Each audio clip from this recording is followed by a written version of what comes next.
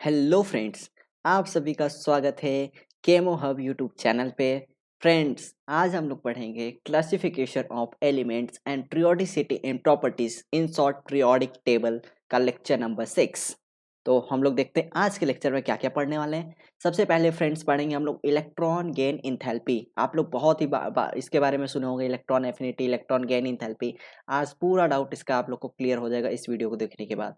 उसके बाद पढ़ेंगे सक्सेसिव मतलब मतलब इलेक्ट्रॉन एफिनिटी 1 2 3 ये सब पढ़ेंगे, उसके कैरेक्टरिस्टिक्स के बारे में पढ़ेंगे, यूनिट्स ये सब देखेंगे, ठीक है। और उसके बाद पढ़ेंगे फैक्टर अफेक्टिंग, क्या क्या फैक्टर्स अफेक्ट करते हैं। उसके बाद ट्रेंड पढ़ेंगे उसका कि पीरियोडिक टेबल में अलोंग द पीरियड मतलब टॉप टू बॉटम क्या होता है, अलोंग द पीरियड में क्या क्या होता है, कुछ एक्सेप्शन के साथ। फ्रेंड, एक्सेप्शन कुछ नहीं होता, सिर्फ लॉजिक होता है। अगर हमें लॉजिक समझ में आएगा तो एक्सेप्शन नाम की कोई चीज है ही नहीं, ठीक है, केमिस्ट्री में। Now next, combined application of I E and E A. ये क्या है? हम लोग पढ़ेंगे आयोनाइजेशन एनर्जी, जो कि प्रीवियस लेक्चर में पढ़ा है हम लोग ने। उसके बाद आयोनाइजेशन एनर्जी और इलेक्ट्रॉन एफिनिटी को कंपेयर करेंगे। भाई उनके अंदर रिलेशन क्या है? भाई साहब मैं आपको बताऊं, कुछ भी नहीं है। इलेक्ट्रॉन एफिनिटी एक सिंपल सा चीज है, उसको बहुत अच्छे से समझेंगे हम लोग, ठीक है। तो let's start now. Electron gain enthalpy, successive electron gain enthalpy, characteristics and units. चलो स्टार्ट करते हैं। Electron gain enthalpy, electron affinity. मैंने आपको पहले ही बोला है केमिस्ट्री एक ऐसा चीज है जिसको आप वर्ड को अगर तोड़ना आपको आ गया तो आप ऑटोमेटिक उनके डिफिनेशन, आप तो एग्जाम दे रहे हो आईआईटी जेई नीट का, ठीक है।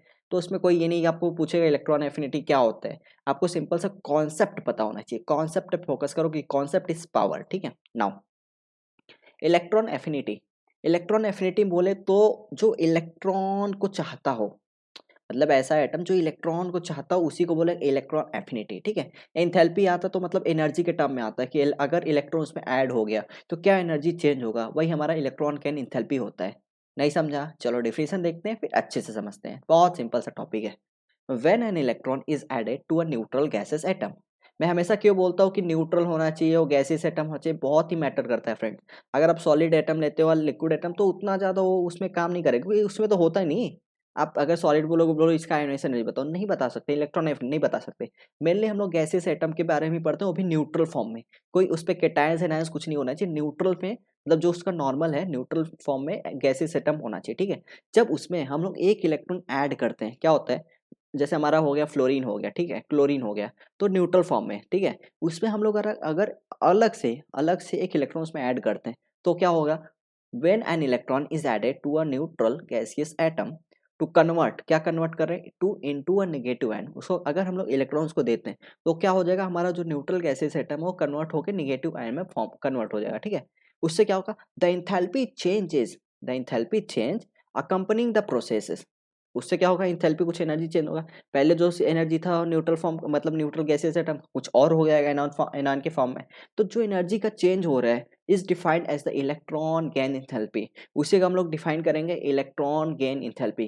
फ्रेंड्स, आपको पहले बोलते हो इलेक्ट्रॉन गेन एंथैल्पी और इलेक्ट्रॉन एफिनिटी, आप लोग फर्क समझना। यहाँ पे एनर्जी की बात हो रहा है, ठीक है, डेल्टा एच, ठीक है। चलो नाउ सिंपल सा आता है, हमारा एक न्यूट्रल एटम है यहाँ पे, ठीक है। एक न्यूट्रल गैसियस एटम है, उसमें हम लोग इलेक्ट्रॉन एक ऐड करें, यहाँ पे प्लस का साइन है मतलब इलेक्ट्रॉन ऐड किया जा रहा है। अगर इलेक्ट्रॉन ऐड करें यहाँ पे क्या आ जाएगा? माइनस साइन आ जाएगा, ठीक है। चलो क्या बोल रहे हैं? It provides a measure of the ease मतलब इजी, इजी तरीके सिंपल वे से। It provides a measure of ease with which an atom adds an electron to form an. Simple सा, कितना इजिली वो इलेक्ट्रॉन को ऐड करने के बाद क्या हो रहा है वो सब बता रहा है, ठीक है, सिंपल सा। Now depending on the elements the process can be. हमारा एलिमेंट्स कौन सा है उस पर डिपेंड करता है कि हमारा प्रोसेस कौन सा होगा, एक्सोथर्मिक होगा या एंडोथर्मिक होगा, ठीक है। समझा आपको? हमारा क्या कौन सा एटम है, कौन सा गैसेस एटम है भाई साहब? अगर हम लोग अभी आपको रिवील नहीं करूंगा, अगर कोई मेटालिक करेक्टर होगा, ऐसा एलिमेंट जो मेटालिक करेक्टर रखता हो तो उसमें क्या होगा? एक्सोथर्मिक होगा, एंडोथर्मिक होगा, या कोई नॉन मेटालिक उसमें क्या होगा? तो आप लोग को अभी पूरा डिटेल में समझा दूंगा, ठीक है। तो मतलब दो टाइप से प्रोसेस डिवाइड किया गया, या तो एक्सोथर्मिक होगा या तो एंडोथर्मिक होगा। एक्सोथर्मिक आपको पता है एनर्जी रिलीज होता है, ठीक है, सिंपल सा बनता है। एक्सो एक्सो नाम से पता है, एग्जिट होना है मतलब क्या होना है? एनर्जी रिलीज होना है। Energy is released when an electron is added to the atom, ठीक है। एंडोथर्मिक में एनर्जी एब्जॉर्ब होगा, energy is absorb when an electron is added to the atom, simple सा है, ठीक है।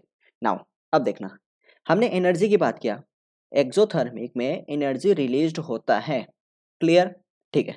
तो इसका इलेक्ट्रॉन गेन इंथैल्पी क्या होगा? नेगेटिव होगा। ध्यान से सुनना है, एनर्जी रिलीज हो रहा है तो इलेक्ट्रॉन गेन इंथैल्पी इसका क्या आएगा? नेगेटिव आएगा। क्यों नेगेटिव आएगा भाई साहब? अरे यार, पहले जो एनर्जी था, अभी जो एनर्जी है वो तो लॉस हो गया। मतलब आपने इलेक्ट्रॉन दिया, ठीक है। एनर्जी, अगर कोई भी सिस्टम होता है एनर्जी लूज करता है, एनर्जी लूज करना ही उसको स्टेबल दिखाता है, ठीक है। आपने देखा होगा हम लोग एक एनर्जी और ये स्टेबिलिटी का बनाते हैं हम लोग, तो बोलते हैं कि स्टेबल मतलब जितना ज़्यादा एनर्जी होगा, मैं आपको यहाँ पे बता देता हूँ, stability is inversely proportional to energy, ठीक है।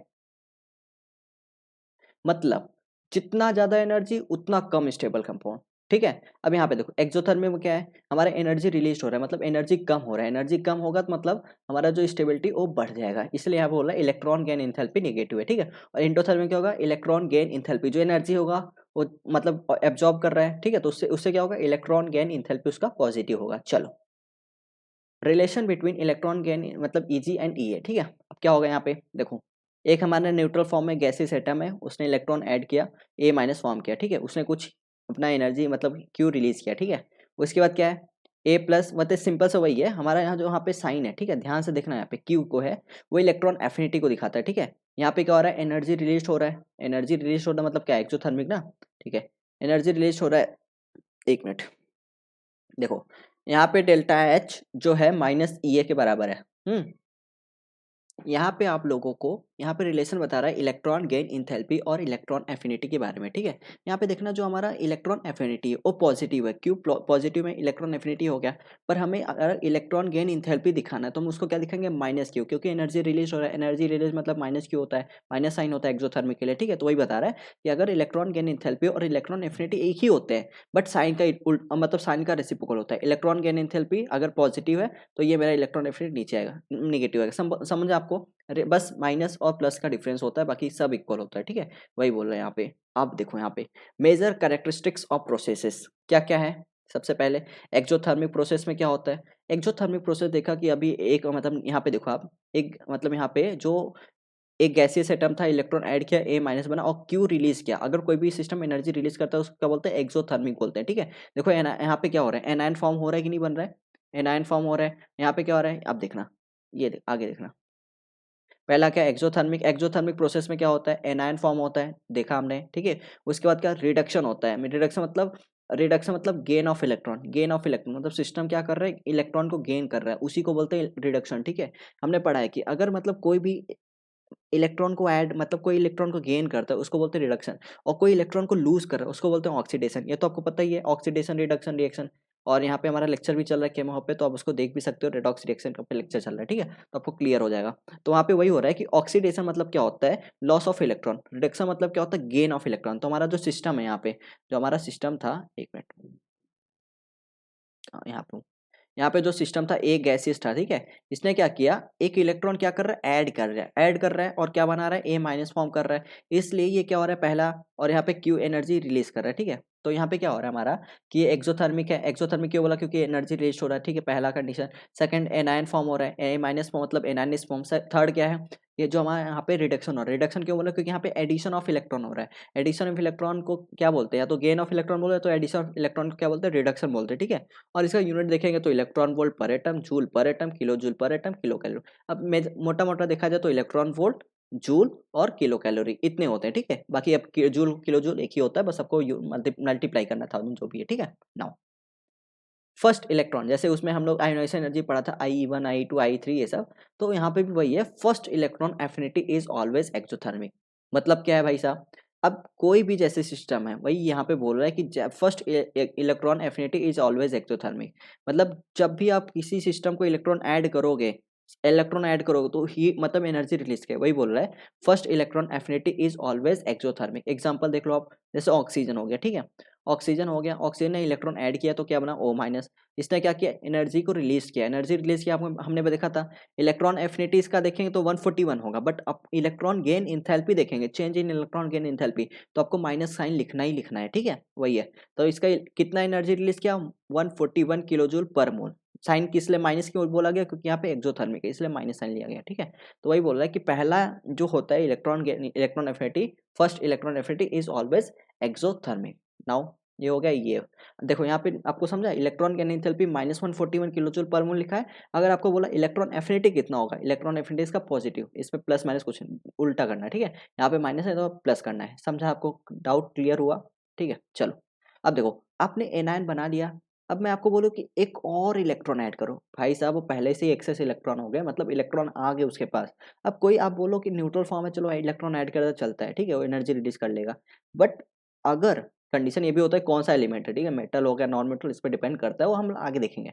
ठीक है, अब देखो यहाँ पे एनायन है, एनायन पे एक और इलेक्ट्रॉन ऐड करो तो क्या एनर्जी रिलीज करेगा कि उसको एनर्जी हमें देना पड़ेगा?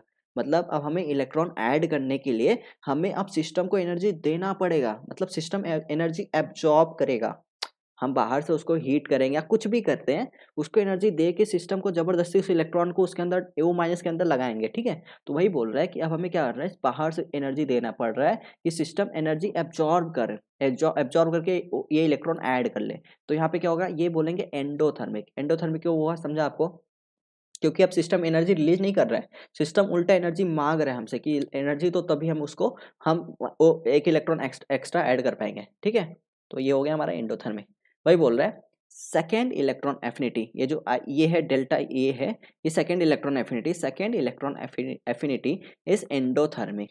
क्यों एंडोथर्मिक? क्योंकि हमने एनर्जी दिया उसको, ठीक है, सिस्टम को एनर्जी दिया। As it requires energy to overcome the inter electronic repulsion between the incoming electron and negative charge and.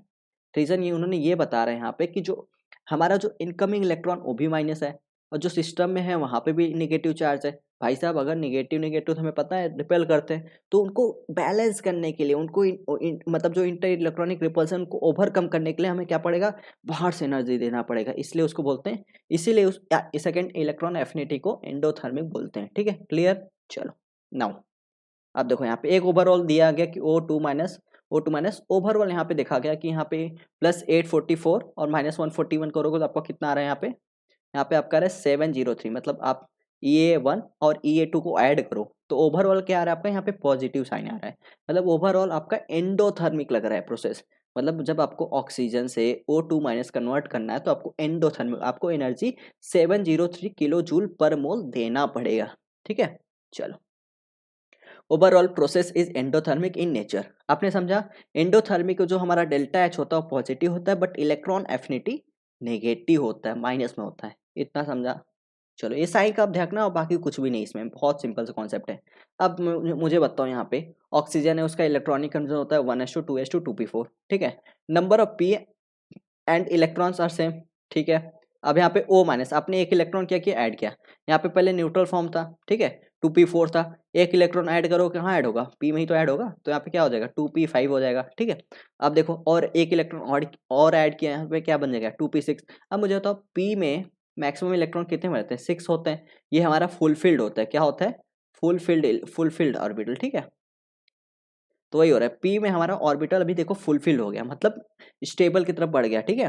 अब देखो स्टेबल इलेक्ट्रॉनिक कन्फिग्रेशन, समझा आपको इतना? चलो नाउ अब हम देखेंगे इलेक्ट्रॉन एफिनिटी और आयोनाइजेशन एनर्जी के बीच में रिलेशन क्या है, ठीक है। नाउ बहुत बहुत ही सिंपल सा रिलेशन मैं आपको बताता हूँ, बहुत ही ज़्यादा। हम लोग क्या करते हैं इलेक्ट्रॉन एफिनिटी में, एक इलेक्ट्रॉन ऐड करते हैं, ठीक है, एक इलेक्ट्रॉन ऐड ही तो करते हैं, तो हो गया हमारा इलेक्ट्रॉन एफिनिटी। जो एनर्जी रिलीज होगा वो सब बात की बात है।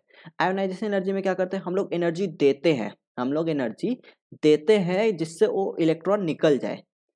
आयोनाइजेशन एनर्जी में हम लोग इलेक्ट्रॉन निकालते हैं एनर्जी दे के, और इलेक्ट्रॉन एफिनिटी में हम लोग इलेक्ट्रॉन ऐड करते हैं जिससे एनर्जी खुद सिस्टम रिलीज करता है।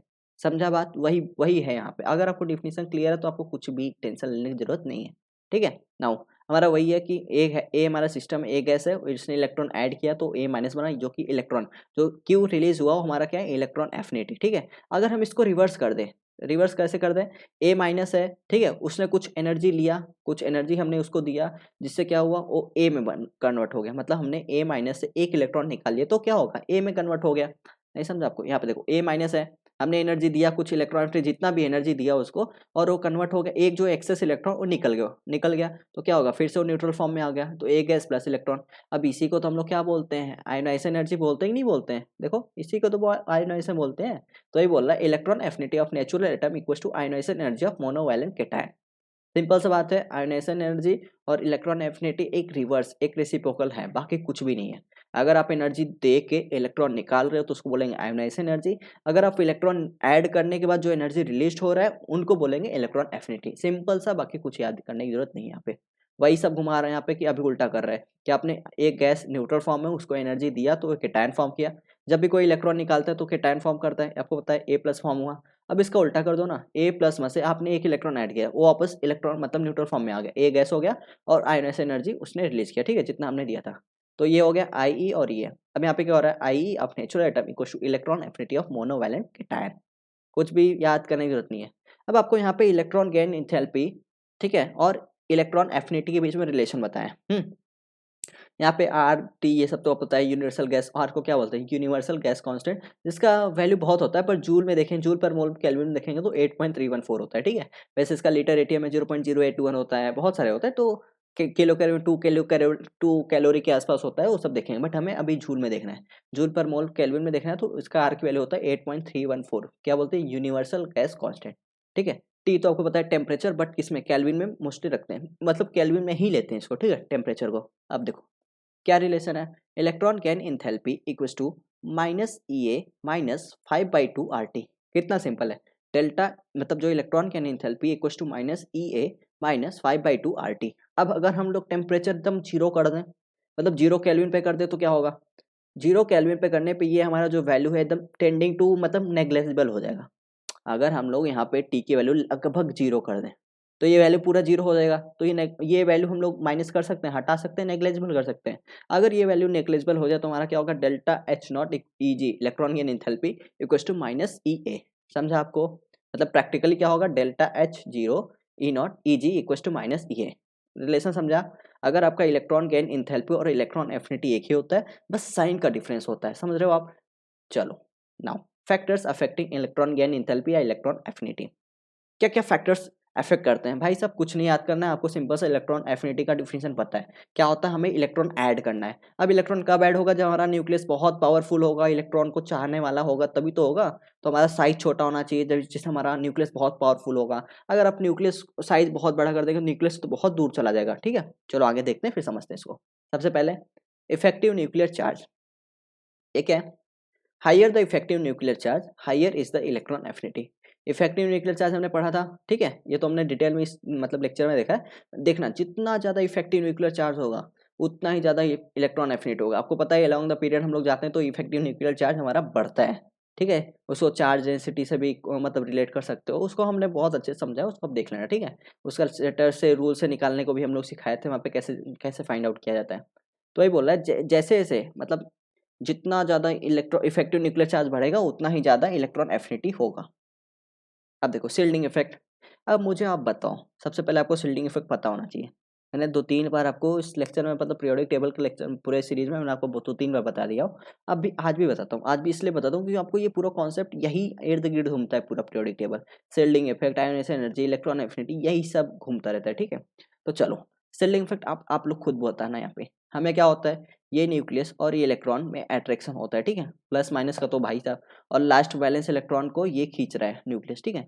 अब ये क्या करता है, और अगर ये सब इलेक्ट्रॉन अंदर के ये सब इलेक्ट्रॉन ना होते तो आराम से ही खींच सकता था, बट भाई साहब ये सब इलेक्ट्रॉन तो भाई इसको आने ही नहीं देंगे। जैसे ये इलेक्ट्रॉन यहाँ पहुंचा, ठीक है, ये क्या बोले, अरे तू तो मेरे साइड मेरे नेचर का, भाग यहाँ से, तो इसको क्या करेंगे, दूर भगा देंगे, ठीक है, दूर भगा देंगे। मतलब क्या करेंगे, ये इलेक्ट्रॉन को न्यूक्लियस के पास आने ही नहीं देंगे, या तो उसका फोर्स ऑफ अट्रैक्शन उतना कम कर देंगे, ठीक है। तो उससे क्या होगा, ये सब जो इलेक्ट्रॉन क्या हो रहे हैं, सील्ड जैसा यूज हो रहे हैं, मतलब सील्ड मतलब इस इलेक्ट्रॉन को सील्ड कर रहे हैं, रोक रहे हैं, ठीक है, इसीलिए बोलते हैं इसी को इफेक्ट को क्या बोलते हैं, सील्डिंग इफेक्ट, ठीक है। अब मुझे ये बताओ, मुझे एक इलेक्ट्रॉन ऐड करना है, ठीक है, एक बाहर से इलेक्ट्रॉन ऐड करना है। भाई साहब ये कब ऐड होगा, जब हमारा ये न्यूक्लियस पावरफुल होगा, जब हमारा न्यूक्लियस ये पावरफुल होगा, खींचने वाला होगा इलेक्ट्रॉन को, मतलब इसका इतना पावर हो कि सबसे लास्ट वाले इलेक्ट्रॉन को खींच सके अपने पास, तभी तो ये बाहरी इलेक्ट्रॉन जब आएगा यहाँ पे ऐड होगा, तो खींच के रखेगा अपने पास, रखेगा नहीं तो फिर फ्री रहेगा ना। तो ये किस पे डिपेंड करता है, शिल्डिंग इफेक्ट पे। अगर हमारा ये शिल्डिंग वाला जो इलेक्ट्रॉन है ये सब कमजोर हो, ये सब कमजोर होंगे तो शिल्डिंग इफेक्ट कम लगेगा, शिल्डिंग इफेक्ट कम लगेगा तो इलेक्ट्रॉन, ये जो इलेक्ट्रॉन है ये इजिली ऐड हो जाएगा, समझ रहे हो बात को। तो वही मैं बताना चाहता हूँ, अगर हमारा शिल्डिंग इफेक्ट कम होगा, अगर हमारा शिल्डिंग इफेक्ट कम होगा तो हमारा इलेक्ट्रॉन एफिनिटी ज़्यादा होगा, क्योंकि ये ज़्यादा ही अच्छे से इलेक्ट्रॉन ऐड हो सकता है यहाँ पे, ईजिली हो सकता है, ठीक है, वही बोल रहा है। ये तो हो गया इनर सेल इलेक्ट्रॉन, ये तो मैंने बहुत बार दिखा दूंगा आपको। आउटर मोस्ट इलेक्ट्रॉन क्या होता है, इनर सेल इलेक्ट्रॉन, वो सब मैंने आपको एक्सप्लेनेशन दे चुका हूँ, ठीक है। अब क्या हो रहा है, सिंपल सा रिलेशन समझा आपको। शिल्डिंग इफेक्ट ज़्यादा होगा तो इलेक्ट्रॉन एफिनिटी कम होगा, शिल्डिंग इफेक्ट ज़्यादा होगा। अगर मैं भी बोल रहा हूँ ना शिल्डिंग इफेक्ट यहाँ पे ज़्यादा होगा, अगर इन लोगों इसका इसका पावर बहुत ज़्यादा है, ठीक है, ये सब हमारे समझ लो सैनिक लोग हैं, मतलब सैनिक अपने इंडिया वाले नहीं है, जैसे अपना गेम खेलते हैं ना उसमें बहुत सारे ये सब सोल्जर लोग हैं, ठीक है। तो ये सब क्या करेंगे, इसको आने ही नहीं देंगे, ठीक है। तो वही बोल रहा है कि इनका शिल्डिंग इफेक्ट अगर ज़्यादा होगा तो ये इलेक्ट्रॉन जो बाहर है, भाई साहब ये न्यूक्लियस का ही, ये इसको ही नहीं अट्रैक्ट करने दे रहे, तो बाहर वाले इलेक्ट्रॉन को क्यों ऐड करने देंगे, उसका पावर कम कर रहे हैं ना। तो समझा आपको कि शिल्डिंग इफेक्ट अगर हमारा कम होगा तो इलेक्ट्रॉन एफिनिटी हमारा ज़्यादा होगा, या तो ये भी देख सकते हो शिल्डिंग इफेक्ट हमारा कम होगा तो इलेक्ट्रॉन एफिनिटी ज़्यादा होगा। समझो शिल्डिंग इफेक्ट मतलब रोकना, रोकना मतलब शिल्ड करना, समझ रहे हो आप बात को, चलो ठीक है।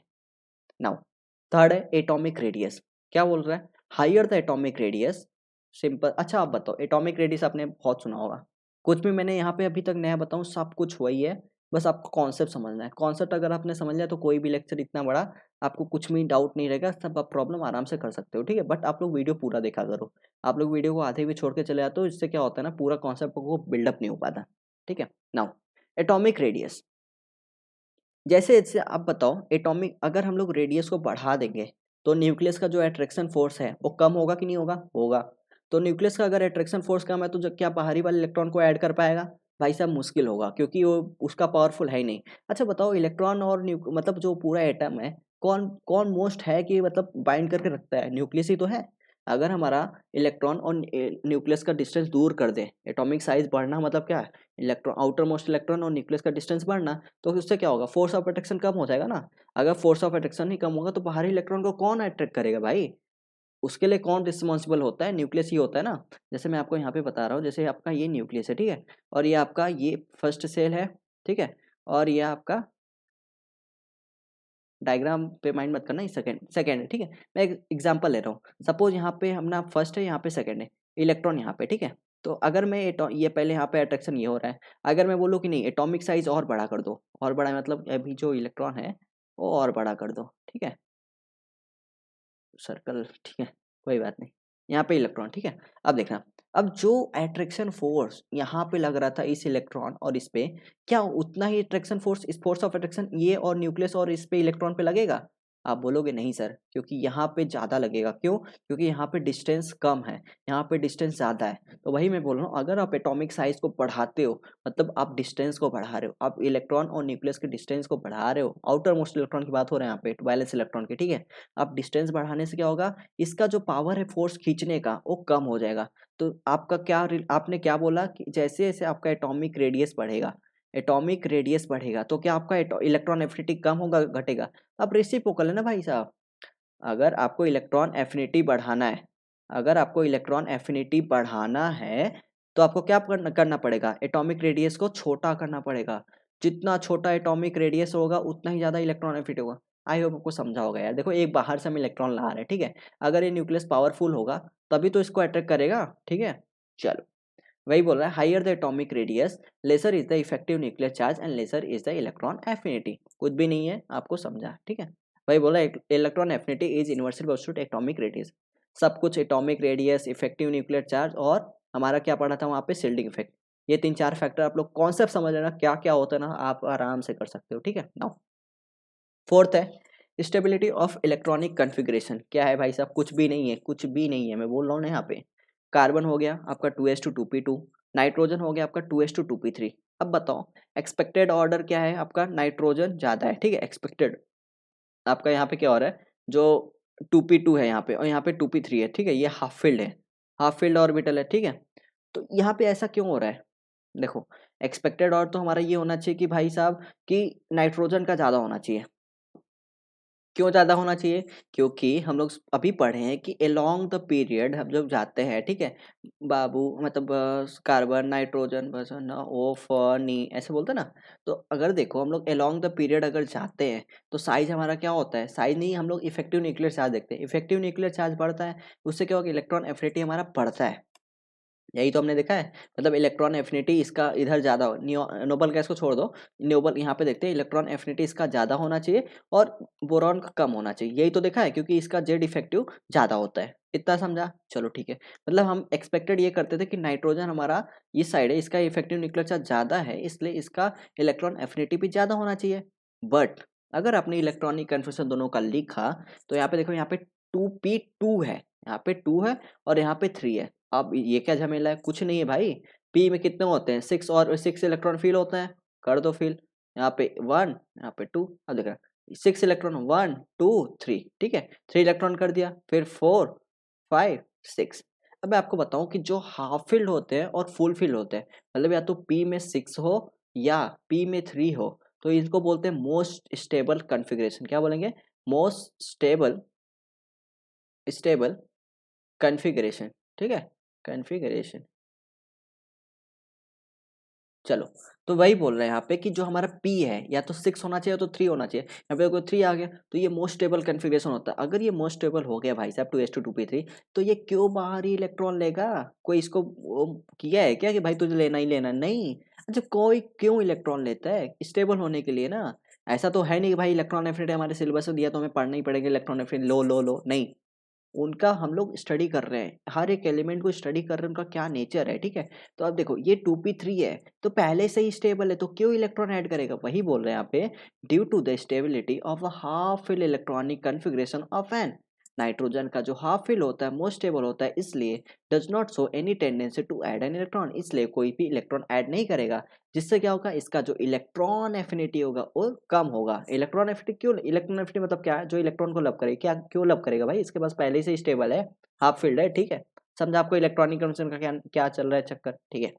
नाउ जनरल ट्रेंड इन पीरियोडिक टेबल, अभी हमने देखा मतलब क्या होता है। अब देखो कुछ भी याद करने की जरूरत नहीं है, हम लोग क्या करते हैं, ग्रुप में जाते हैं, मतलब टॉप टू बॉटम जाते हैं। टॉप टू बॉटम में क्या होता है, हमारा जो साइज होता है पहले छोटा होता है, फिर और बड़ा, फिर और बड़ा, फिर और बड़ा, ठीक है। चलो, अब मुझे बताओ, जो न्यूक्लियस है, जो इलेक्ट्रॉन है वहाँ पे बहुत ही कम डिस्टेंस है, या न्यूक्लियस है जो इलेक्ट्रॉन है बहुत ही कम डिस्टेंस है। हम अगर कोई और भी इलेक्ट्रॉन ला दिए तो इफेक्ट उतना ही हमारा इफेक्ट लगेगा न्यूक्लियस का, तो इसका इलेक्ट्रॉन एफिनिटी ज़्यादा होगा। लेकिन जैसे जैसे हम लोग टॉप टू बॉटम जाते हैं, मतलब जैसे जैसे हम लोग नीचे जाते हैं, सीजियम तक पहुंचते हैं, तो क्या होता है, इसका ये न्यूक्लियस और इलेक्ट्रॉन का डिस्टेंस बहुत दूर हो जाता है, तो इसका जो इलेक्ट्रॉन एफिनिटी है, इलेक्ट्रॉन एफिनिटी मतलब न्यूक्लियस पर डिपेंड करता है। अब डिस्टेंस दूर हो गया तो वो उतना ज़्यादा इफेक्ट नहीं कर पाएगा, तो जो हम लोग बाहर से इलेक्ट्रॉन लाएंगे वो उतना कम नहीं हो पाएगा, तो इसका जो सीजियम का इलेक्ट्रॉन एफिनिटी वो कम हो जाएगा, सबसे कम होगा, ठीक है। वही बोल रहा है कि जो टॉप टू बॉटम जाते हैं तो जो इलेक्ट्रॉन एफिनिटी है वो डिक्रीज होता है। क्यों होता है आपने समझा, एटॉमिक रेडियस की वजह से, ठीक है। चलो, अब देखो, अब हम लोग पीरियड में जाते हैं, अलोंग द पीरियड जाते हैं, तो देखो डाउन द ग्रुप में हम लोग क्या देखते हैं, मतलब टॉप टू बॉटम ग्रुप में देखते हैं हम लोग ये साइज, एटॉमिक रेडियस देखते हैं, एटॉमिक साइज देखते हैं, ठीक है। और पीरियड हम लोग देखते हैं जेड इफेक्टिव देखते हैं, ठीक है, जेड इफेक्टिव देखते हैं। वही है जेड मतलब छोटे से चार्ज, छोटे से स्पेयर में कितने चार्ज है वही सब देखते हैं, चार्ज डेंसिटी सब, तो जेड इफेक्टिव देखते हैं। और हमें पता है कि अलोंग द पीरियड, अगर आपको नहीं पता लेक्चर देख लेना, बाहर लेक्चर 2 या 3 में बताया मैंने कि अलोंग द पीरियड हमारा जेड इफेक्टिव इंक्रीज होता है। जेड इफेक्टिव क्या होता है, इंक्रीज होता है, ठीक है। अगर जेड इफेक्टिव इंक्रीज होता है मतलब न्यूक्लियस हमारा मोर पावरफुल बन रहा है। न्यूक्लियस मोर पावरफुल बनने से हमारा जो इलेक्ट्रॉन, मतलब अगर न्यूक्लियस हमारा पावरफुल बन रहा है, इलेक्ट्रॉन बहुत अच्छे से लेगा, मतलब इलेक्ट्रॉन जिसको इसको मिल गया इलेक्ट्रॉन तो तुरंत ले लेगा, ठीक है।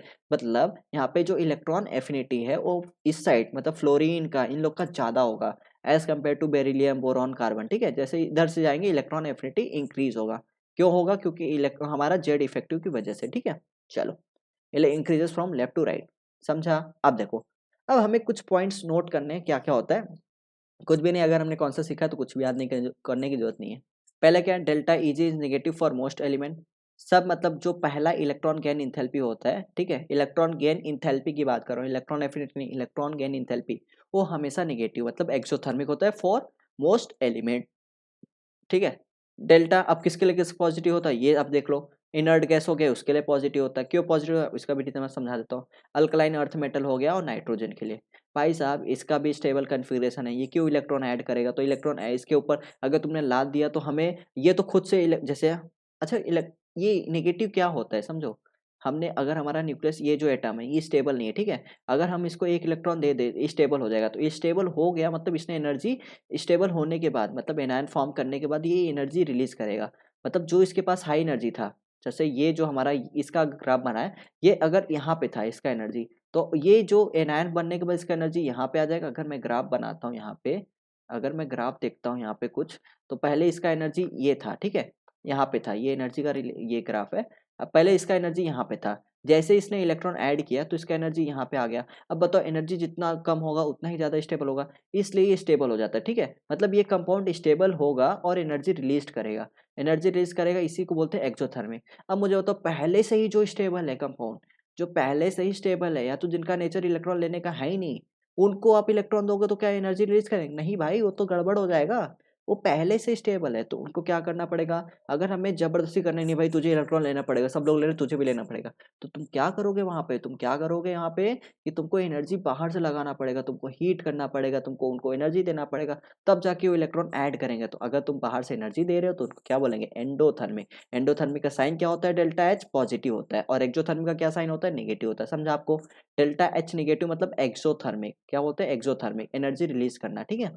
और डेल्टा एच यहाँ पे जो किसके लिए पॉजिटिव होता है? इनर्ट गैस, क्योंकि ज़्यादा इनका कन्फिग्रेशन स्टेबल होता है। भाई साहब इनर्ट गैस सबसे महान है, इन लोग संत लोग हैं यहाँ पे। अल्कलाइन अर्थ मेटल मतलब मेटल्स जितने भी हैं, ठीक है, उनका इलेक्ट्रॉन मतलब डेल्टा ईजी पॉजिटिव आता है। और नाइट्रोजन, हम देखा नाइट्रोजन क्यों होता है? क्योंकि यहाँ पे हाफ फील्ड ज़्यादा स्टेबल होता है, ठीक। Now trends in electron gain enthalpy and exception, कुछ एक्सेप्शन नहीं है भाई, बहुत ही सी लेवल हम लोग देखेंगे, ठीक है। आप देखा ग्रुप 17 को ध्यान से देखना। ग्रुप 17 में आप देखोगे यहाँ पे तो क्लोरीन को नोटिस करना है यहाँ पे। अभी मैं आपको एक्सप्लेन करूंगा यहाँ पे कि ऐसा क्यों हो रहा है। क्लोरीन का आपको देखना है यहाँ पे सबसे ज्यादा है इन पीरियड, इन ग्रुप में देखना 349 किलो कैलोरी या कुछ भी किलो जूल जो भी है, इतना एनर्जी रिलीज हो रहा है, ठीक है। और ये क्या माइनस मतलब एक्सोथर्मिक, ठीक है। मतलब हम अगर हम लोग Cl में एक इलेक्ट्रॉन ऐड करते हो तो इसका जो एनर्जी रिलीज होगा -349 होगा। मतलब सबसे अच्छा है ये तो, फ्लोरीन से भी ज़्यादा। देखो यहाँ पे बोला है group 17 have highly negative, highly negative, अगर इनको बहुत ही अच्छा है, इनको अगर इलेक्ट्रॉन एक ऐड कर दिया ना तो बहुत ही राजा हो जाते हैं, स्टेबल हो जाते हैं, इनर्ट गैस ऐसे हो जाते हैं। तो ये बहुत ही ज़्यादा नेगेटिव, मतलब यही साइन होता है। ज़्यादा नेगेटिव कब होगा? जब भाई ज़्यादा एनर्जी रिलीज करेगा, ज़्यादा एनर्जी रिलीज करेगा तो ज़्यादा स्टेबल होगा। समझ रहे हो आप बात को? तो group 17 elements have highly negative electron gain enthalpy, ठीक है। बिकॉज बिकॉज क्यों होता है कि भाई साहब उनको फ्लोरीन के बाद ही तो नियॉन गैस होता है, जैसे आपने पढ़ा होगा बस न ओ फ नी। अब आपने एक इलेक्ट्रॉन, अगर इसको एक इलेक्ट्रॉन कहीं से मिल जाए ना तो ये राजा की तरह नोबल गैस का कन्फिग्रेशन अटेंड कर लेगा। क्लोरीन के बाद क्या आता है? ऑर्गन ये नानी आराम कर ले। बहुत बहुत ट्रिक है, आप पीरियोडिक टेबल बोलोगे मैं उसको समझा दूंगा कैसे याद किया जाता है, ठीक है। तो यहाँ पे क्लोरीन के बाद क्लोरीन को अगर एक इलेक्ट्रॉन दे दिया जाए ना तो ये ऑर्गन का नोबल गैस मतलब अटेंड कर लेगा। सोचो इनको एक इलेक्ट्रॉन की कमी थी, जो कि इलेक्ट्रॉन के एंथैल्पी वही तो होता है इलेक्ट्रॉन ऐड करना। तो वही हो रहा है कि इनको अगर एक इलेक्ट्रॉन मिल जाए तो क्या होगा? ये अटेंड कर लेंगे स्टेबल नोबल गैस का इलेक्ट्रॉनिक कन्फिग्रेशन। देखो नोबल गैस का कन्फिग्रेशन अटेंड कर लेंगे, जो हर एक एलिमेंट का सपना होता है भाई साहब मैं भी स्टेबल हो जाऊँ, ठीक है। सब कुछ जो रिएक्शन हो रहा है, सब कोई लॉस कर रहा है, कोई गेन कर रहा है, सब कुछ स्टेबल के लिए ही कर रहे हैं कि भाई मैं भी स्टेबल हो जाऊँ, ठीक है। बाय गेनिंग एन इलेक्ट्रॉन, समझा क्यों इसका हाईएस्ट नेगेटिव होता है? चलो ग्रुप जीरो आप देखो नोबल गैस का अभी हमने देखा कि वो तो पहले से स्टेबल है।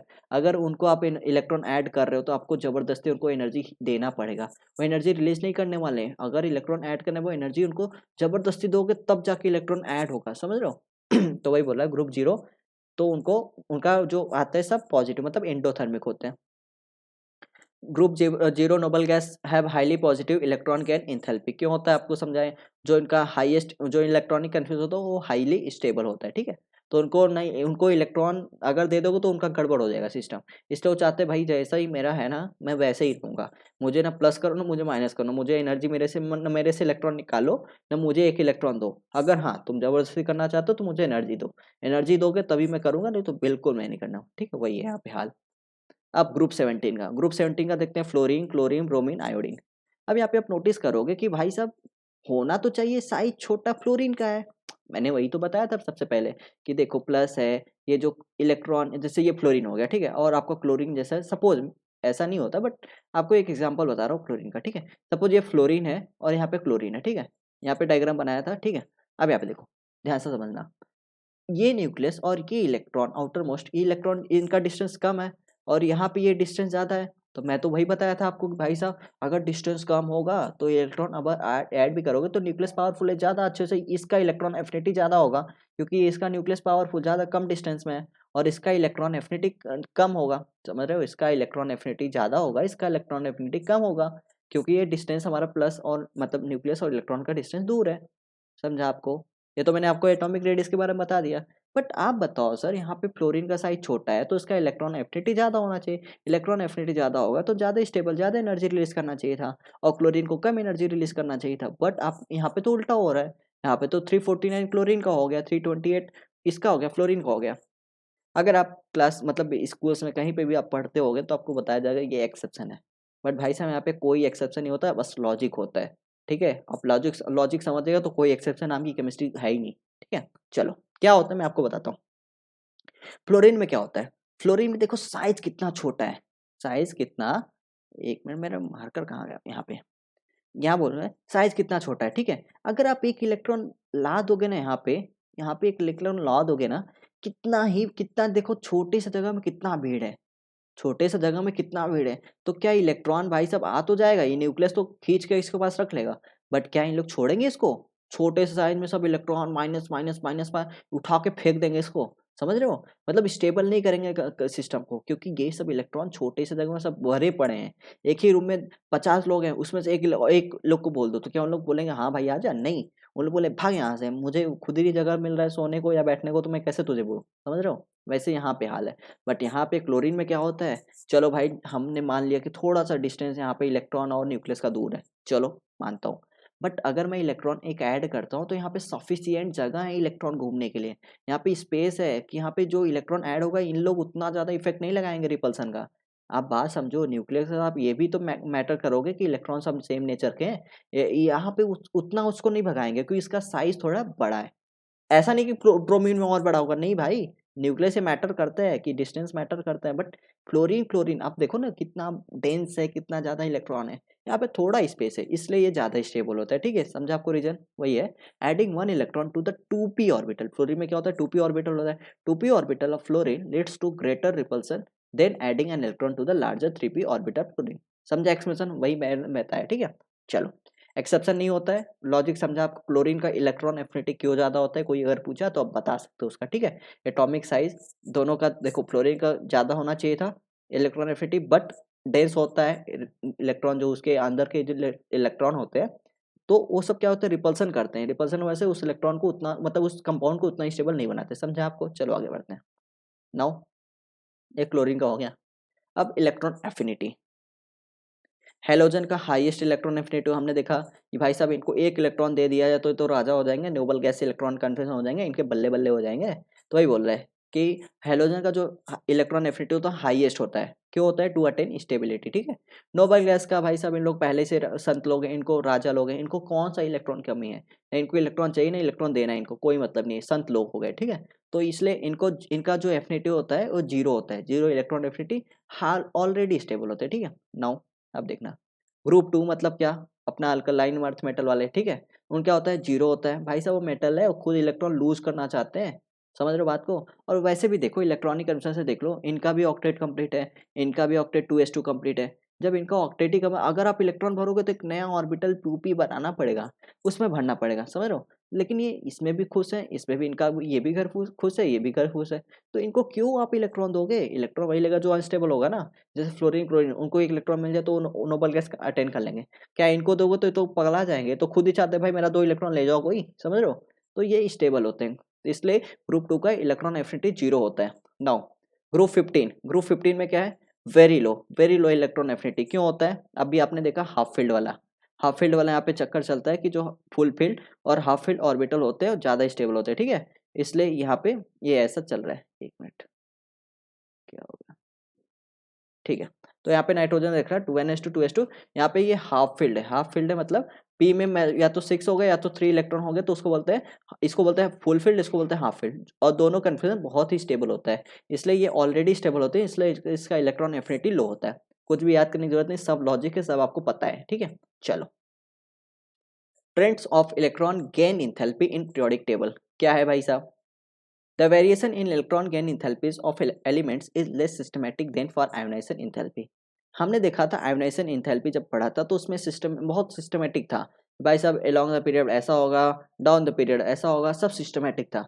बट आप यहाँ पे देख रहे हो इलेक्ट्रॉन गेन इंथैल्पी में उतना ज़्यादा सिस्टमैटिक नहीं है, ठीक है। कहीं क्लोरीन क्लोरीन का ज़्यादा हो जा रहा है, कहीं एन और मतलब नाइट्रोजन का ज़्यादा हो रहा है, तो उसको हम लोग कुछ भी लॉजिक नहीं, सब लॉजिक के साथ सब कुछ, मतलब कोई एक्सेप्शन नहीं, सब पढ़ दो, ठीक है। सब एक लॉजिक है उसका कि क्या है रीजन उसका। चलो, from left to right, from left to right हमें अभी देखा कि एटॉमिक नंबर क्या हो रहा है, इंक्रीज हो रहा है, जिससे क्या हो रहा है, हमारा न्यूक्लियर चार्ज इंक्रीज हो रहा है और एटॉमिक साइज डिक्रीज हो रहा है। एटॉमिक साइज डिक्रीज होगा तो हमारा इलेक्ट्रॉन एफिनिटी इंक्रीज होगा, ये तो हमें पढ़ा है। इलेक्ट्रॉन एफिनिटी इंक्रीज क्यों, ये तो हमने अभी तक अभी अभी भी कुछ देर पहले पढ़ा था, ठीक है। तो आप समझ गए होगे, समझाने की जरूरत नहीं है। ऐसे डाउन द ग्रुप में एटॉमिक नंबर इंक्रीज हो रहा है, इफेक्टिव न्यूक्लियर चार्ज में, इसमें हम लोग एटॉमिक साइज को ज़्यादा मतलब डोमिनेंट नेचर होता है, तो एटॉमिक साइज इसमें इंक्रीज होता है। एटॉमिक साइज इंक्रीज होगा तो इलेक्ट्रॉन एफिनिटी डिक्रीज होगा। लॉजिक समझा आपको, आगे बढ़ते हैं, ठीक है। Electron affinity decreases down the group. अब देखो, चलो ये तो पढ़ लिया लॉन्ग द पीरियड वाला और ये सब वाला पढ़ लिया। अब क्या देखो, electron gain enthalpy of oxygen and fluorine is less negative than that of succeeding element.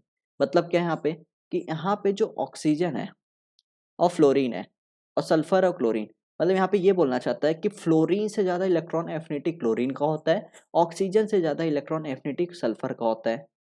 होना चाहिए था क्या, डाउन द ग्रुप में क्या होता है, सबसे सबसे इलेक्ट्रॉन एफिनिटी इसका क्या होना चाहिए, सबसे ज़्यादा होना चाहिए, और इसका मतलब डाउन द ग्रुप में इसका कम होना चाहिए, यही हमने पढ़ा ना। डाउन द ग्रुप में इलेक्ट्रॉन एफिनिटी कम मतलब डिक्रीज होता है, तो इस सबसे ज़्यादा इसका होना चाहिए था, सबसे ज़्यादा, और सबसे ज़्यादा इसका होना चाहिए था रूल्स के हिसाब से, मतलब डाउन द। बट यहाँ पे क्या हो रहा है, अभी हमने देखा भी था क्लोरीन का साइज का, वही हमने देखा कि अगर एफ ऑर्बिटर में इलेक्ट्रॉन ऐड करते हैं तो छोटे से साइज में अगर इलेक्ट्रॉन ऐड करते हैं तो इंटर इलेक्ट्रॉनिक रिपल्सन के कारण वो कंपाउंड स्टेबल नहीं होता, ठीक है। इसलिए क्लोरीन को ज़्यादा स्टेबल, क्लोरीन क्यों ज़्यादा स्टेबल होता है, क्यों इलेक्ट्रॉन एफिनिटी ज़्यादा होता है, क्योंकि उसका जो साइज होता है थोड़ा सा बड़ा होता है और वहाँ पे इंटर इलेक्ट्रॉनिक रिपल्सन नहीं होता है, ठीक है। यही रीजन सल्फर में भी है और क्लोरीन में भी है। चलो वही बताया था, for the n equals to 3 quantum level, the added electron occupies a larger region of space and the electron repulsion is much less। बताया समझाया आपको, अभी इसमें कुछ बताने की जरूरत नहीं है, ठीक है। वही बताया था, oxygen the electron in O or F when added goes to as smaller n equals to 2 level, सब कुछ बताया था, ठीक है। चलो, रिपल्सन होगा जिससे साइज और रिपल्सन होगा इससे इलेक्ट्रॉनिक कम होगा, ये तो आपको समझा दिया है। अब देखो कंबाइंड एप्लीकेशन पढ़ते हैं आयोनाइजेशन एनर्जी और इलेक्ट्रॉन एफिनिटी का, ठीक है। क्या है, मेटालिक करेक्टर। अब बताओ मुझे, मेटालिक करेक्टर, मेटल क्या करता है, इलेक्ट्रॉन लूज करता है कि इलेक्ट्रॉन गेन करता है। भाई साहब कोई क्लास 9th वाला बच्चा बताएगा कि मेटल हमेशा इलेक्ट्रॉन लूज करता है। मेटल हमेशा इलेक्ट्रॉन लूज करके केटायंस फॉर्म करता है, ठीक है। केटायन फॉर्म करेगा और इलेक्ट्रॉन को लूज करेगा, उससे क्या होगा, ionisation energy must be less. अगर कोई भी मेटल इलेक्ट्रॉन लूज कर रहा है तो इलेक्ट्रॉन निकाल रहा है, इलेक्ट्रॉन निकालना मतलब उसको एनर्जी मिल रहा है, एनर्जी जब हम लोग देंगे तभी तो इलेक्ट्रॉन निकलेगा, समझ रहे हो। तो डिपेंड करता है कैसा उसका मेटालिक रिएक्टिव रिसर्व, लेकिन इलेक्ट्रॉन को निकालने के लिए हमें एनर्जी देना पड़ता है, इसी को आयोनाइजेशन एनर्जी बोलते हैं। तो हमें अगर मेटल है तो उसका आयोनाइजेशन एनर्जी क्या होना चाहिए, लेस होना चाहिए, ज़्यादा होना चाहिए, भाई साहब कम होना चाहिए ना, हल्का सा एनर्जी इलेक्ट्रॉन निकल जाए, हल्का सा एनर्जी इलेक्ट्रॉन निकल जाए। अब कुछ ऐसे मेटल हैं भाई साहब की उनको देते रहो देते रहो देते रहो एनर्जी, इलेक्ट्रॉन निकाल ही नहीं तो उनका क्या फायदा। मतलब मेटल का कैरेक्टर ये होना चाहिए कि आयोनाइजेशन एनर्जी उनका कम होना चाहिए। चलो ठीक है, अब यही मुझे नॉन मेटल का बता दो, नॉन मेटल में जो इलेक्ट्रॉन एफिनिटी होना चाहिए वो ज़्यादा होना चाहिए कम होना चाहिए, तो आप समझोगे नॉन मेटल। नॉन मेटल मैं आपको पहले यहाँ बताता हूँ, नॉन मेटल, ठीक है। चलो यहाँ पे लिख लेता हूँ आपके लिए, नॉन मेटल है, ठीक है। नॉन मेटल क्या फॉर्म करेगा, एक इलेक्ट्रॉन ऐड करेगा, उससे क्या फॉर्म करेगा, एनायन फॉर्म करेगा, ठीक है, ये भी लिख देता हूँ, ठीक है। और यहाँ पे क्या होगा, gain of electron, gain of electron, ठीक है। चलो अब देता हूँ, कोई इलेक्ट्रॉन, नॉन मेटल का कैरेक्टर ये है कि इलेक्ट्रॉन एफिनिटी, इलेक्ट्रॉन गेन करना उसको, तो इलेक्ट्रॉन एफिनिटी ज़्यादा होना चाहिए कम होना चाहिए, भाई साहब इलेक्ट्रॉन एफिनिटी ज़्यादा होना चाहिए ना, क्योंकि ये एडिशन ऑफ इलेक्ट्रॉन हो रहा है, गेन ऑफ इलेक्ट्रॉन मतलब एडिशन ऑफ इलेक्ट्रॉन। भाई इलेक्ट्रॉन एफिनिटी ज़्यादा होगा तभी तो एडिशन होगा वहाँ पे, तभी तो इलेक्ट्रॉन गेन करेगा अपने पास रखेगा, समझ रहे हो। तो इलेक्ट्रॉन एफिनिटी यहाँ पे ज़्यादा होना चाहिए, समझ रहे हो। मेटल का आयनाइजेशन एनर्जी लेस होना चाहिए, नॉन मेटल का इलेक्ट्रॉन एफिनिटी ज़्यादा होना चाहिए, कुछ भी याद करने की जरूरत नहीं है, सब लॉजिक है, ठीक है। चलो, आई होप आपको लेक्चर बहुत अच्छे लग रहे हैं, कॉन्सेप्ट भी पूरा क्लियर हो रहा है, तो प्लीज़ अगर आपको कॉन्सेप्ट क्लियर हो रहा है तो आप इस वीडियो को जरूर लाइक कीजिएगा और सब्सक्राइब कीजिएगा और शेयर कीजिएगा। थैंक यू सो मच दोस्तों, और आगे बढ़ते हैं। चलो, डिक्रीजेज लेफ्ट टू राइट ये सब हो गया, टॉप टू बॉटम ये सब हम लोग इलेक्ट्रॉन एफिनिटी के बारे में पढ़ लिया था, ठीक है। नॉन मेटालिक का भी वही है, अभी जो मैंने समझा, नॉन मेटालिक एनायन फॉर्म करेगा, gain of electron, electron affinity इसमें ज़्यादा होना चाहिए, ये भी कॉन्सेप्ट समझिए। तो मतलब पीरियड में क्या होता है, लेफ्ट टू राइट इंक्रीज होता है, टॉप टू बॉटम डिक्रीज होता है, ये भी समझा रीजन के साथ। अब देखो, रिड्यूसिंग एजेंट नेचर और ऑक्सीडाइजिंग एजेंट नेचर, ये क्या होता है ये समझते हैं। रिड्यूसिंग एजेंट, अब ध्यान से समझना, रिड्यूसिंग एजेंट क्या होता है, रिड्यूस करना, किसी को इलेक्ट्रॉन देना, ठीक है, उन्हीं को क्या बोलते हैं, रिड्यूस करना, रिड्यूसेस अदर, ठीक है, रिड्यूसिंग एजेंट रिड्यूसेस अदर, ठीक है। दूसरे को रिड्यूस कैसे करेंगे, किसी को इलेक्ट्रॉन दे देंगे, अपना जैसे एक मेटल है, ठीक है, एक ए है एक बी है, मैं बोलूंगा कि भाई साहब ये बी रिड्यूसिंग एजेंट है। कैसे मैंने बोला, क्योंकि ये क्या कर रहा है, ये अपने अपने ऑर्बिटल से, आउटर मोस्ट इलेक्ट्रॉन से इलेक्ट्रॉन निकाल के इसको दे रहा है, समझ लो इसको रिड्यूस कर दे रहा है, समझ रहे हो। ऑक्सीडेशन क्या होता है, ऑक्सीडेशन होता है loss of electron, loss of electron, ठीक है। और रिडक्शन क्या होता है, गेन ऑफ इलेक्ट्रॉन, ठीक है, गेन ऑफ इलेक्ट्रॉन। तो रिड्यूस मतलब रिडक्शन ही तो होता है। ये जो है, ये बी वाला, ये इलेक्ट्रॉन इसको दे रहा है, मतलब ये क्या कर रहा है, इसको रिड्यूसिंग, ए के जैसा, ये ए के रिस्पेक्ट में ये रिड्यूसिंग एजेंट है, ठीक है। ये बोल रहा है रिड्यूसिंग एजेंट रिड्यूसेस अदर, तो गेट ऑक्सीडाइज मतलब खुद दूसरे को रिड्यूस कर देगा और अपने को ऑक्सीडाइज हो, अपने ऑक्सीडाइज मतलब क्या, ये इलेक्ट्रॉन लूज कर रहा है तो ये ऑक्सीडेशन हो गया, तो अपना ऑक्सीडाइज हो रहा है और दूसरे को इलेक्ट्रॉन दे रहा है तो दूसरे को रिड्यूस कर रहा है, ये होता है रिड्यूसिंग एजेंट, ठीक है। तो इससे क्या होगा, लॉस इलेक्ट्रॉन होगा, तो आयोनाइजेशन एनर्जी का गवर्निंग प्रॉपर्टी होगा यहाँ पे, ठीक है। अब देखो, लेफ्ट टू राइट वही बता रहा है कि कैसे होगा, down the group, top to bottom, ये सब में सीखना है, ठीक है। अब देखो, decreases from left to right, decreases from left to right और increases from top to bottom, ठीक है। More ionisation energy, weak reducing nature, अगर ज़्यादा आयोनाइजेशन लगे, मतलब हमें सिंपल से बताओ, जो हमें अभी बताया ए और बी वाला, ठीक है, मैंने बोला बी वाला इलेक्ट्रॉन निकाल के इसको देता है। अब इलेक्ट्रॉन कब निकालेगा, जब इसके पास आयोनाइजेशन एनर्जी कम होना चाहिए कि आयोनाइजेशन एनर्जी ज़्यादा होना चाहिए, खुद बताओ भाई साहब। रिड्यूसिंग एजेंट दिखाना है, मतलब इसको रिड्यूसिंग एजेंट दिखाना होगा, अगर बी को दिखाना है तो इसका आयोनाइजेशन एनर्जी कम होना चाहिए, क्यों, क्योंकि हल्का सा एनर्जी दूं ये तुरंत इलेक्ट्रॉन निकाल के दे दे इसको, हल्का सा एनर्जी। अगर मैं बोलूँ कि भाई साहब इसका रिड्यूस, तभी तो ये रिड्यूसिंग एजेंट कहलाएगा कि इसका आयोनाइजेशन एनर्जी कम होना चाहिए, समझा आपको। चलो आगे बढ़ते हैं। नाउ ऑक्सीडाइजिंग एजेंट, सिंपल सा रेसिप्रोकल रिलेशन है कि ऑक्सीडेशन मतलब क्या, सिंपल सा है, ए है बी है, ठीक है। अब मैं बात करता हूँ ए का, ठीक है। ए क्या करेगा, अगर ये इलेक्ट्रॉन बी है, ठीक है, अगर ए इलेक्ट्रॉन, चलो मैं बी से एग्जांपल लेता हूँ, जैसे उसने लिया था। पहले क्या होता था, रेडिएशन, ये इलेक्ट्रॉन लूज कर रहा है, अब क्या करेगा ये बी वाला, इतना ये है भाई कि मुझे इलेक्ट्रॉन दो, मुझे इलेक्ट्रॉन दो, ठीक है। तो क्या करेगा, ऑक्सीडाइज होगा, मतलब खुद इलेक्ट्रॉन लेगा और दूसरे को रिड्यूस ये करेगा, ठीक है। तो वही बोल रहा हूँ, oxidising agent oxidise other, oxidising agent क्या होते हैं, ऑक्सीडाइजेज अदर, दूसरे को ऑक्सीडाइज करेंगे, दूसरे को ऑक्सीडाइज कब करेंगे, इसका बोलेगा भाई साहब तू है ना, मुझे इलेक्ट्रॉन दे दे और तू ऑक्सीडाइज हो जा, समझ रहे, तू मुझे अपना जो इलेक्ट्रॉन है मुझे दे दे, ठीक है। तो ये क्या होगा, ये इसको इलेक्ट्रॉन देगा तो क्या हो जाएगा, ये ऑक्सीडाइज, ये तो क्या कहलाएगा इसके रिस्पेक्ट में, बी क्या कहलाएगा, ऑक्सीडाइजिंग एजेंट, क्यों, क्योंकि बी क्या कर रहा है ए से कि भाई मुझे अपना इलेक्ट्रॉन दे दे और तू खुद ऑक्सीडाइज हो जा, तो इसको क्या बोलेंगे, बी को ऑक्सीडाइजिंग एजेंट बोलेंगे, ठीक है। Oxidising agent oxidises other get reduced, हाँ, तो अपने खुद से रिड्यूस हो जाता है और दूसरे को ऑक्सीडाइज होता है, ठीक है। इसमें क्या होता है, गेन इलेक्ट्रॉन कब होगा, जब इलेक्ट्रॉन एफिनिटी डिपेंड करता है कि हमारा इलेक्ट्रॉन एफिनिटी ज़्यादा होगा कम होगा। अब मुझे बताओ, जितना ज़्यादा इलेक्ट्रॉन एफिनिटी होगा उतना ही तो स्ट्रॉन्ग ऑक्सीडाइजिंग एजेंट होगा, उतना ही तो अच्छे से इलेक्ट्रॉन एब्जॉर्ब करेगा, मतलब इलेक्ट्रॉन ऐड करेगा। तो हमारा वही बोल रहा है कि ऑक्सीडाइजिंग एजेंट बनने के लिए हमें इलेक्ट्रॉन एफिनिटी ज़्यादा होना चाहिए, समझा आपको। चलो, अब दूसरा एप्लीकेशन देखते हैं इसका, ऑक्साइड्स ऑफ थर्ड पीरियड, ठीक है। हमने ये पढ़ा है कि जो मेटल के ऑक्साइड होते हैं क्या होते हैं, बेसिक होते हैं, एल्युमिनियम के और बहुत सारे एम्फोटेरिक होते हैं, अगर चाहिए आपको लिस्ट में उसका ट्रिक के साथ आपको बता दूंगा, ठीक है। अभी देख लो Al2O3 को एम्फोटेरिक ऑक्साइड बोलते हैं। एम्फोटेरिक मतलब क्या, जो एसिडिक नेचर भी रखे और बेसिक नेचर दोनों रखे उनको बोलते हैं एम्फोटेरिक ऑक्साइड, ठीक है।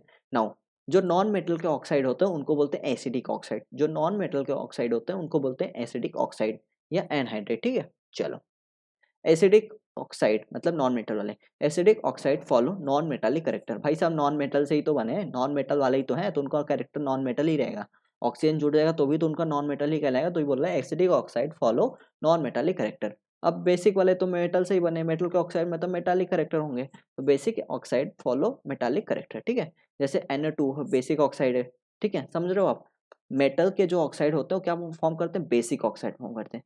तो वहीं पे यहाँ पे ही बताया गया है, ठीक है, कि आपका ये मेटालिक एकदम बेसिक ऑक्साइड है, वाटर ऐड करने के बाद क्या फॉर्म कर रहे हैं, NaOH, ठीक है। चलो ऐसे ही आपका ये MgO का बता रहा है, MgOH ट्वाइस।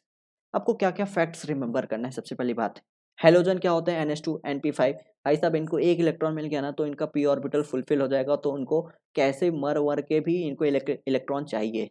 तो इनका क्या बोलोगे, इलेक्ट्रॉन एफिनिटी हाई है कि लो है, भाई साहब बहुत ही ज़्यादा है, क्योंकि इनको एक इलेक्ट्रॉन कहीं से मिल गया ना तो राजा हो जाएंगे। तो ये बोल रहे हैं हेलोजन का हमेशा इलेक्ट्रॉन एफिनिटी हाईएस्ट होता है इन अ पीरियड, ठीक है। नोबल गैस का भाई साहब ये पहले से स्टेबल है, न इनको इलेक्ट्रॉन लेने से मतलब है, न इलेक्ट्रॉन देने से मतलब, तो इनका इलेक्ट्रॉन एफिनिटी देखा है तो सबसे लोवेस्ट होता है इन अ पीरियड, ठीक है। नाउ ग्रुप 15 का देखा, जो मतलब ये नाइट्रोजन नाइट्रोजन को होते हैं, नाइट्रोजन फॉस्फोरस ये सबके, तो इनका जो इलेक्ट्रॉनिक कन्फ्यूजन होता है पी ऑर्बिटल में हाफ फील्ड आता है। मैंने बोला था हाफ फील्ड और फुल फील्ड ज़्यादा स्टेबल होते हैं। इसका रीजन बहुत होता है, एक सिमेट्रिक होता है, एक पेयरिंग एनर्जी, बहुत सारे फैक्टर होते हैं, बट आपके लेवल में ये समझो कि फुल फील्ड और हाफ फील्ड ऑर्बिटल के जो होते हैं बहुत ही ज़्यादा स्टेबल होते हैं। अगर ये ज़्यादा स्टेबल है तो भाई सब क्यों इलेक्ट्रॉन लेंगे, तो ये भी इनका एफिनिटी लो होता है। चलो ग्रुप 2 का हमने पता है, मेटल इनका भी ऑक्साइड मतलब NH2 पूरा कंप्लीट होता है, तो इनका भी स्टेबल है, तो इनका भी लो इलेक्ट्रॉन एफिनिटी होता है। अब हमने देखा नोबल गैस और नाइट्रोजन, नाइट्रोजन में नोबल गैस में क्या होता है, पूरा फुल फिल रहता है मतलब स्टेबल होते हैं, और नाइट्रोजन में हाफ फिल रहता है, ये भी स्टेबल होते हैं। तो इनका जो इलेक्ट्रॉन एफिनिटी होता है लगभग जीरो के बराबर होता है, ठीक है। इलेक्ट्रॉन एफिनिटी कोई इनका नहीं होता, जीरो के लगभग होता है। और इनका देखा जाए डेल्टा Eg मतलब electron gain enthalpy for noble gas and nitrogen is highly endothermic. अगर आपको इलेक्ट्रॉन ऐड भी करना है नोबल गैस और नाइट्रोजन में तो आपको एनर्जी देना पड़ेगा बाहर से, तब जाके उन लोग इलेक्ट्रॉन ऐड करेंगे, जबरदस्ती का होगा, समझो। एंडोथर्मिक मतलब जबरदस्ती का, सिस्टम नहीं चाहता कि मुझे इलेक्ट्रॉन मिले, लेकिन आप जबरदस्ती उनको एनर्जी देके उनको इलेक्ट्रॉन ऐड करोगे तो उनको बोलेंगे एंडोथर्मिक, ठीक है। चलो एग्जाम्पल पीरियड 2 देखते हैं, ठीक है। पीरियड 2 में देखेंगे तो हमने देखा कि हमने अभी क्या देखा था यहाँ पे, कि हमारा डाउन मतलब ईस्ट साइड जाते हैं, जेड इफेक्टिव बढ़ता है। जेड इफेक्टिव मतलब सिंपल समझो एटॉमिक रेडियस घटता है। अभी आप सिंपल समझो, हम लोग ये मतलब लेफ्ट टू राइट जाते हैं, ये हमारा लेफ्ट साइड है, ये हमारा राइट साइड है, ठीक है। मतलब ये हमारा लेफ्ट साइड है और राइट साइड, तो हमारा जो फ्लोरीन का एटॉमिक साइज कम होता है और लिथियम का साइज थोड़ा बड़ा होता है इसके कंपेयर में। तो एटॉमिक साइज कम होगा तो इलेक्ट्रॉन एफिनिटी यहाँ पे ज़्यादा होगा, इलेक्ट्रॉन एफिनिटी यहाँ पे ज़्यादा होगा, ठीक है। तो वही हमने देखा, मतलब हमारा क्या होना चाहिए, मतलब एक्सपेक्टेड क्या होना चाहिए, फ्लोरीन क्या इलेक्ट्रॉन एफिनिटी सबसे ज़्यादा, उसके बाद ऑक्सीजन, कार्बन, बोरॉन, लिथियम, ठीक है। बट क्या ऐसा होता है, देखो यहाँ पे क्या हो रहा है, नाइट्रोजन, बेरिलियम, नियॉन। अब आपने देखा क्यों होता है, फ्लोरीन का सबसे ज़्यादा होगा, एटॉमिक साइज सबसे कम है, फिर ऑक्सीजन, मैं एक पीरियड की बात करूँ यहाँ पे, ठीक है, पीरियड 2 की बात हो रहा है यहाँ पे। फ्लोरीन के बाद ऑक्सीजन, फिर कार्बन, फ्लोरीन के बाद ऑक्सीजन, फिर नाइट्रोजन आना चाहिए था। पर आपने अभी देखा नाइट्रोजन जो होता है P3 बनाता है, हाफ फील्ड बनाता है, इसलिए इसका जो इलेक्ट्रॉन एफिनिटी होता है ना के बराबर होता है, इसलिए ये नाइट्रोजन यहाँ पे नहीं आएगा, ठीक है। आप नाइट्रोजन यहाँ पे लिखना, क्रॉस कर देना, नहीं नाइट्रोजन नहीं, फिर उसका आप चले जाना कार्बन पे, मतलब नाइट्रोजन को छोड़ के फिर कार्बन पे आ जाना, फिर बोरॉन पे आना, ठीक है। बोरॉन, फिर आप बेरिलियम बोलोगे, भाई साहब ये H2 बनाता है, H2 वाला भी इसका फुल फिल है, एस मैंने आपको बोला ना, एस में 2 मोस्ट स्टेबल, मतलब एस में मैक्सिमम 2 इलेक्ट्रॉन होते हैं और दो फिल है, ठीक है। तो ये भी स्टेबल हो गया, तो अब इसको क्या करना है, यहाँ पे बोरॉन के बाद यहाँ पे बेरिलियम लिख के कट कर देना। समझो कैसे ऑर्डर लिखना है, पहले आप एक ऑर्डर लिखना है, उसका लॉजिक लगाना, नाइट्रोजन तो यार हाफ फील्ड है तो इसका कट कर देना, ऐसे आप बेरिलियम आया ना तो वहाँ पे कट कर देना, फिर आपको लिथियम लिख देना है, ठीक है। फिर आपका जो बचे, अब आप देखना हाफ फील्ड, मतलब नाइट्रोजन का जो हाफ फील्ड पी ऑर्बिटल है, उसके बाद एस ऑर्बिटल मेटालिक करेक्टर होना है, ठीक है। उसके बाद नोबल गैस, नोबल गैस का इलेक्ट्रॉन एफिनिटी सबसे कम होता है, समझा आपको कैसे लिखना है। चलो कंप्लीट हो ये सब, तो वही है, elements with negative electron affinity energy absorb, ठीक है। बेरिलियम, मैग्नीशियम, इन लोगों का क्या होता है, नेगेटिव इलेक्ट्रॉन एफिनिटी होता है, ठीक है। एंडोथर्मिक है, एंडोथर्मिक मतलब अब देखो यहाँ पे नेगेटिव, आप वर्ड समझना, नेगेटिव इलेक्ट्रॉन एफिनिटी बोला है ना, तो मैं अगर बोलूंगा भाई साहब इसका इलेक्ट्रॉन गेन इंथैल्पी क्या होगा, डेल्टा ई जी, तो आप क्या बोलोगे, ये पॉजिटिव बोलोगे। प्लस क्यू क्या बोला, ये एंडोथर्मिक, एंडोथर्मिक के लिए प्लस होता है, यूज होता है, और एक्सोथर्मिक के लिए माइनस होता है, ठीक है। ये इलेक्ट्रॉन इंथैल्पी जैसे थर्मोडायनेमिक्स में पढ़ते हैं, और इलेक्ट्रॉन एफिनिटी और इलेक्ट्रॉन गेन इंथैल्पी दोनों एक ही, बट साइन का अंतर है। यहाँ पे अगर नेगेटिव बोला है तो यहाँ पे प्लस होगा, समझ रहे हो। तो वही है, नेगेटिव का मतलब यहाँ पे कि इंडोथर्मिक है। चलो वही हो गया, beryllium, magnesium, nitrogen, noble gas, इन लोग का इलेक्ट्रॉन नेगेटिव होता है, ठीक है। चलो एक्सेप्शन कुछ नहीं होता, मैंने आपको पहले ही बता दिया। Fluorine, chlorine, bromine, iodine, fluorine का सबसे ज़्यादा होना चाहिए क्योंकि इसका साइज छोटा है, बट यहाँ पे क्लोरीन होता है क्योंकि 2p से ज़्यादा 3p इलेक्ट्रॉन आते हैं, वहाँ पे रिपल्सन कम होता है, तो एक्सेप्शन कोई नहीं होता। ठीक है, आपको ये भी पता है, फ्लोरीन का क्लोरीन का सब कुछ बता दिया है।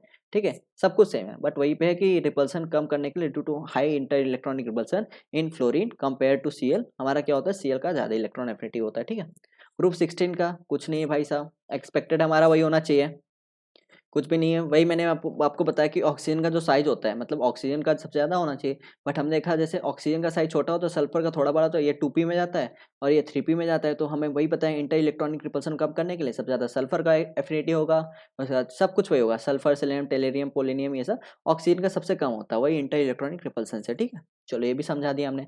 Z style less and electron repulsion is more due to small size, less electron affinity. ठीक है, कुछ भी याद करने की जरूरत नहीं, वही सब है। क्लोरीन, यहाँ पे क्लोरीन, सल्फर, फास्फोरस का, तो आप यहाँ पे देखोगे अब डिक्रीजिंग ऑर्डर ऑफ ये सबसे ज़्यादा Cl का होगा, हमने देखा अभी 3p वाला है, फिर सल्फर। अगर आपको इसमें चेक करना पड़े तो ये अच्छा है, क्लोरीन का सबसे ज़्यादा होगा, फिर उसका सल्फर का होगा, क्योंकि हम लोग इस साइड जाते हैं, मतलब पहले क्लोरीन आता है ना, मतलब सबसे लास्ट में क्लोरीन आता है, हेलोजन वाला है, तो सबसे इसका इलेक्ट्रॉन फ्री ज़्यादा होता है, फिर सल्फर का, फिर सिलिकॉन का, फिर फास्फोरस का।